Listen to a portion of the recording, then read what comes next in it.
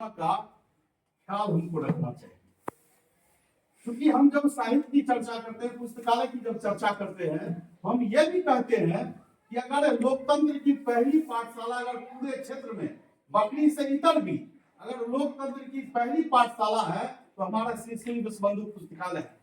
और मैं तो कई बार कहता हूं कि अगर जो पुस्तकालय का चुनाव लड़ लिया वो कोई भी चुनाव लड़ लेगा और जीत लेगा, क्योंकि यहाँ सभी बौद्धिक वोटर होते हैं।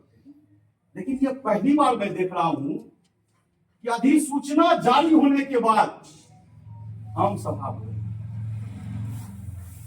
ये गंभीर चूक है। और मैं तो ये इलेक्शन जो कमिश्नर है आदरणीय भोला जी, पढ़े लिखे लोग, हमसे 1 साल सीनियर हाई स्कूल में थे, और कैसे इन्होंने अनुमति दे दी, अधिसूचना जारी हो गई और आम सभा की अनुमति कैसे दे दी? और आप आम सभा में बैठे हुए श्रीमान,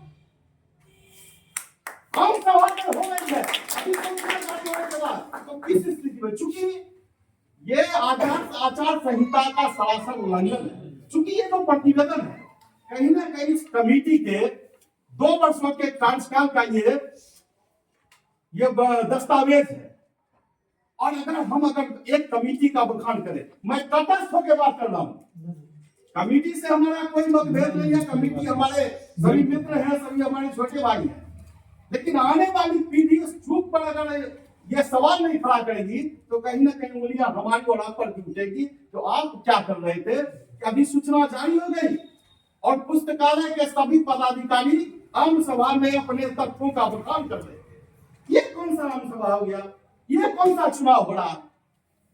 और मैं तो सोशल साइट पर पढ़ रहा था, हालांकि आलोचना ज्ञानेश कुमार की भी होती है, और मैं इस चीज से सहमत नहीं हूं कि कोई पुस्तकालय के निर्वाचन पदाधिकारी को कलेक्शन पदाधिकारी है, ये अच्छी बात नहीं है। लेकिन उंगली तो वहां भी उठती है कि आपने किस स्थिति में 1 बार 2 बार 3 बार लगातार ये शुल्क बढ़ोतरी कर रहे हैं और आम सभा के 1 दिन 2 दिन पहले तक कर रहे हैं। ये कौन सा ये आचार संहिता है?